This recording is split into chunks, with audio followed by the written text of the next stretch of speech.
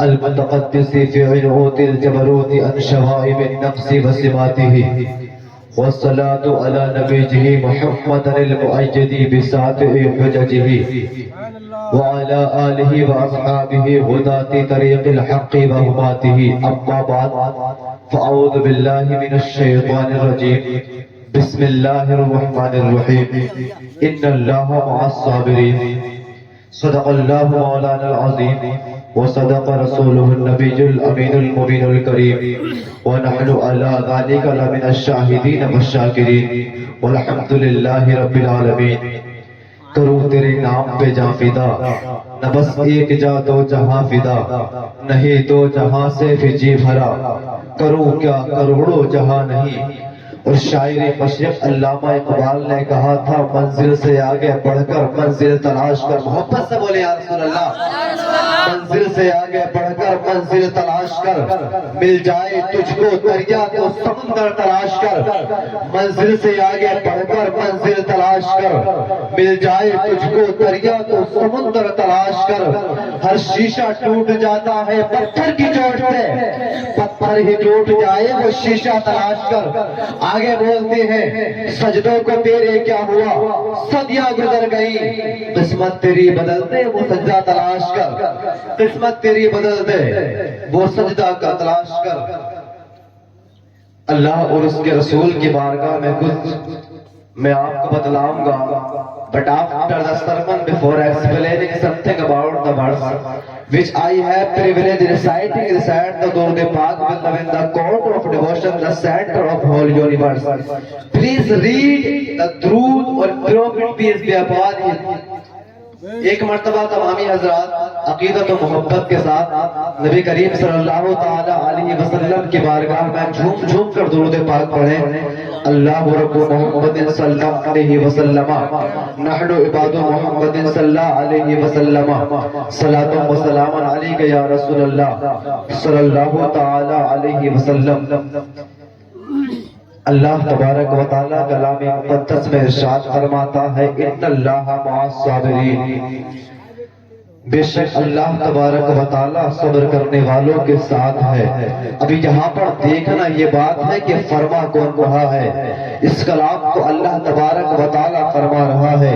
رب نے فرمایا اللہ صبر کرنے والوں کے ساتھ ہے. لیکن اب آپ یہ دیکھیں کہ ہمیں صبر والا بننا کیسا ہے.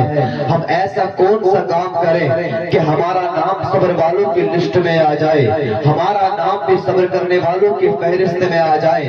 آپ دھیان سے میری بات کو سنیے گا میرے بھائی. یہ دنیا ہے، یہاں پر جو بھی آیا ہے ہر ایک نہ ایک دن ہر کسی کو جانا ہے، ایک نہ ایک دن اس دنیا سے رخصت ہونا ہے. لیکن اللہ تبارک و تعالیٰ کے نزدیک وہی شخص افضل ہے، وہی شخص افضل ہے جو اللہ تبارک و تعالیٰ کا پریشانی کی حالت میں شکر ادا کرتا ہے، اللہ تبارک و تعالیٰ کی حمد بیان کرتا ہے. کیسا بھی وقت دنیا کے اندر کیوں نہ آ جائے، ہر حال میں اللہ تبارک و تعالیٰ کا شکر ادا کرتا ہے. اس کلام کو فرماتا ہے اللہ تبارک و تعالیٰ، تو یہ بات تو حق ہے کہ اللہ نے جو فرما دیا ایسا بالکل ہونا ہے۔ اس کی سب سے بڑی دلیل یہ ہے 1400 سال کلام مقدس کو اس دنیا میں آئے ہوئے ہو گئے ہیں، لیکن اولاد کو اتنا دودھ نہیں پلایا ہے کہ اللہ تبارک و تعالیٰ کے کلام کے اندر تبدیلی کر سکے۔ اور یار کوئی صورت تو بہت دور کی بات ہے، کسی کے اندر اتنی ہمت نہیں ہے کہ ایک اعراب کو تبدیل کر سکے، ایک اعراب کے اندر تبدیلی لا سکے، کسی کے اندر اتنی ہمت نہیں ہے، کسی کے اندر اتنی ہمت نہیں ہے کہ اللہ تبارک و تعالیٰ کے کلام کے اندر کوئی تبدیلی لا سکے۔ لیکن اب دیکھنا یہ ہے کہ ہم صبر والے کیسے بنیں گے، ہمارا نام صبر کرنے والوں کی لسٹ میں کیسے آئے گا۔ اس دنیا کے اندر جو بھی آیا ہے، یہ دنیا ہمارے لیے ایک مدرسے کی طرح ہے۔ اللہ تبارک و تعالیٰ جس طریقے سے چاہے اس کا امتحان لے، جس طریقے سے چاہے اس کو اللہ تبارک و تعالیٰ امتحان کے اندر ڈالے۔ آپ دیکھتے ہیں دنیا کے اندر کسی کے باپ کا انتقال ہو جاتا ہے، کسی کے بھائی کا انتقال ہو جاتا ہے، تو بچہ ہو یا بچی ہو، بڑا ہو یا چھوٹا ہو، بیوی ہو یا شوہر ہو، باپ ہو یا ماں ہو، مرنے والے کی اور سے یہ بات برداشت نہیں ہو سکتی۔ لیکن میرے بھائی یہ شریعت ہے، پھر بھی ہم شریعت بولے گی اپنی جگہ پر، شریعت بالکل حق بولے گی، لیکن ہم دنیا کے اندر آئے ہیں تو بڑے سے بڑے غم کو ہمیں برداشت کرنا ہے۔ اگر آپ ایسے سچویشن کے اندر پھنس جائیں، اگر آپ ایسے حالات کے اندر پھنس جائیں تو ہم کو کرنا کیا ہے؟ آؤ آقا کی حدیث ملاحظہ فرمائیے۔ آقا ارشاد فرماتے ہیں دنیا کے اندر اگر کسی باپ کے بیٹے کا انتقال ہو جاتا ہے تب ارشاد فرماتا ہے اے فرشتے تم نے میرے بیٹے روح کو قبض کر لیا نا؟ فرشتے عرض کرتے مولا ہاں قبض کر لیا ہے۔ اس کے بعد میں رب ارشاد فرماتا ہے اے فرشتے تم نے میرے بیٹے کے، تم نے میرے بندے کے دل، میرے بندے کے دل کو میوے نے توڑ لیا ہے نا؟ فرشتے عرض کرتے مولا ہاں توڑ لیا ہے۔ اس کے بعد میں رب ارشاد فرماتا ہے اے فرشتے ذرا یہ تو بتلاؤ اس مصیبت پر میرا بندہ کیا کہہ رہا تھا؟ تو فرشتے عرض کرتے ہیں پروردگار عالم تیرا بندہ تیری حمد بیان کر رہا تھا، تیرا بندہ تیری حمد بیان کر رہا تھا، تیرا شکر ادا کر رہا تھا، تیرے بندے کی زبان پر جاری تھا ان للہ و انا الیہ راجعون۔ رب ارشاد فرماتا ہے فرشتوں گواہ ہو جاؤ میرے اس بندے کی مغفرت فرما دی ہے، اور تم جا کر اس بندے کے لیے جنت میں گھر بنا دو، اس گھر کا نام بیت الحمد رکھ دو۔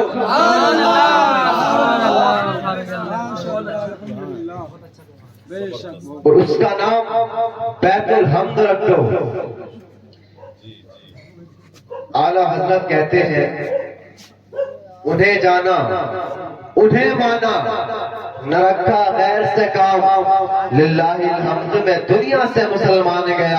آئیے حضرات اس کے آگے ملاحظہ فرمائیے۔ ایک مرتبہ کیا ہوتا ہے، میں اپنی تقریر کو جلدی سمیٹتا ہوں۔ ایک مرتبہ کیا ہوتا ہے، ایک بصرہ کی عورت کے چہرے کو جب ایک شخص نے دیکھا، اس کے بعد میں اس نے کہا تھا تیرے چہرے پر ایک عجیب سی رونق مجھ کو دکھائی دیتی ہے، ایک عجیب سی چمک مجھ کو دکھائی دیتی ہے، ایسا لگتا ہے تم پر ابھی کوئی غم نہیں پہنچا ہے، ایسا لگتا ہے تیرے اوپر ابھی کوئی پریشانی نہیں آئی ہے، ایسا لگتا ہے تیرا سامنا کسی غم سے ہوا نہیں ہے۔ جب یہ بات اس عورت نے سنی تھی، اس نے کہا تھا او یار تو غم کی بات کرتا ہے، مجھ پر تو ایسا غم پہنچا ہے، مجھ پر تو ایسی پریشانی پہنچی ہے کہ شاید دنیا کے اندر بہت ہی کم لوگوں کو ایسی پریشانی پہنچی ہے، بہت ہی کم لوگوں کو ایسے امتحان سے گزرنا پڑا ہے۔ جب یہ بات اس شخص نے سنی تھی، کہا تھا بتا تو صحیح ایسا کون سا غم تجھ کو پہنچا ہے، ایسی کون سی پریشانی تجھ کو پہنچی ہے۔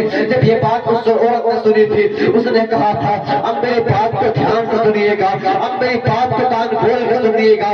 میرے تو چھوٹے بچے تھے، اتنے حسین و جمیل تھے، میں کتنی پریشانی میں کیوں نہ ہویا کرتی تھی، ان کے چہرے کو دیکھ کر میرے چہرے پر مسکراہٹ آیا جایا کرتی تھی، میرا دل خوش ہو جایا کرتا تھا۔ میرے تو چھوٹے بچے تھے۔ ایک دن کیا ہوا، ایک دن جب بقر عید کا دن آیا، میرے شوہر نے ایک بکری کو قربان کیا، ایک بکری کی قربانی کی۔ جب اس نے قربانی کی، میرے بڑے بیٹے نے اس کو قربانی کرتے ہوئے دیکھ لیا۔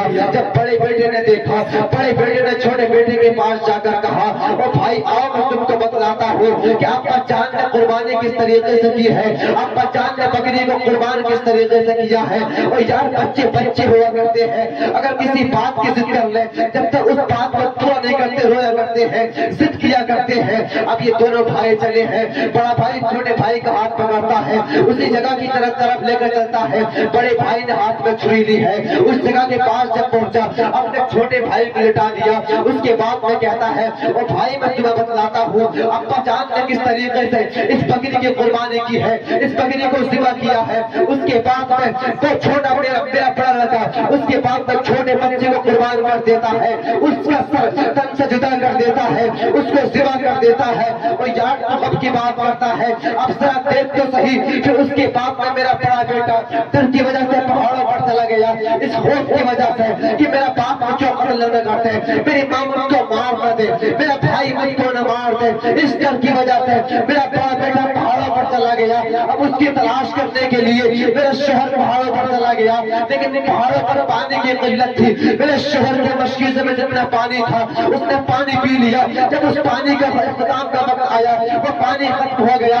اس کے بعد میں میرا شوہر پیاس کی شدت میں اس کا انتقال ہو گیا, وہ بھی مر گیا. اور یار ذرا دیکھ تو صحیح, ایک ہی دن میں 3 موتوں کا غم مجھ پر پہاڑ کی طرح ٹوٹ گیا. 3 موتوں کا غم, 2 بیٹوں کا غم, ایک شوہر کا غم. اور یار جب تک بیوی, جب تک لڑکی اپنے ماں باپ کے یہاں پر رہتی ہے اس کے ماں باپ اس کے سہارا بن کر رہتے ہیں, لیکن جیسے وہ سسرال چلی جاتی ہے شوہر کے ساتھ اس کا تعلق بن جاتا ہے تو ہر دن اس کے لیے شوہر ہوا کرتا ہے. لیکن شوہر کا بھی اس کے سر سے, شوہر کا بھی سہارا اس کے سر سے اٹھ گیا. اور یار ذرا دیکھتے صحیح 3 مدتوں کا غم مجھ تک پہاڑوں کی طرح ٹوٹ گیا.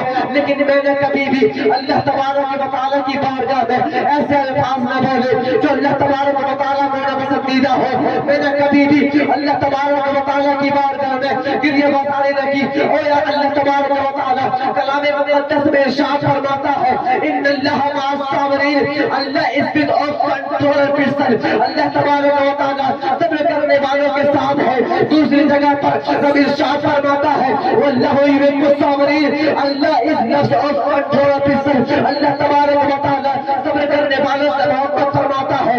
آقا کی حدیث ملاحظہ فرمائیے, آقا ارشاد فرماتے ہیں دنیا کے اندر اگر کسی شخص کے 2-3 بیٹوں کا انتقال ہو جاتا ہے تو اللہ تبارک و تعالیٰ اس کو اپنے فضل سے جنت الفردوس میں اعلیٰ سے اعلیٰ مقام عطا فرماتے ہیں. صحابہ عرض کرتے ہیں, یا رسول اللہ ہمارے ماں باپ آپ کا قربان, ہماری جانیں آپ کا قربان, ہمارے مال آپ کا قربان, اتنا اور بلا دیجیے اگر کسی کے 2 بیٹوں کا انتقال ہو جائے اس کے بارے میں کیا معاملہ ہے. آقا ارشاد فرماتے ہیں اس کا بھی یہی اجر ہے. اس کے بعد میں صحابہ عرض کرتے ہیں, یا رسول اللہ اگر کسی کے 1 بیٹے کا انتقال ہو جائے اس کا کیا معاملہ ہے. آقا ارشاد فرماتا ہے, آقا ارشاد فرماتے ہیں اللہ تبارک و تعالیٰ اس کو بھی قیامت کے دن جنت میں اعلیٰ سے اعلیٰ مقام عطا فرمائے گا. اس کے بعد میں آقا ارشاد فرماتے ہیں وہ بچہ جو دنیا کے اندر ساخت ہو جاتا ہے, عمل سے گر جاتا ہے, قیامت کے دن اپنے ماں باپ کے ہاتھ پکڑ کر جنت الفردوس میں اعلیٰ سے اعلیٰ مقام حاصل کرائے گا.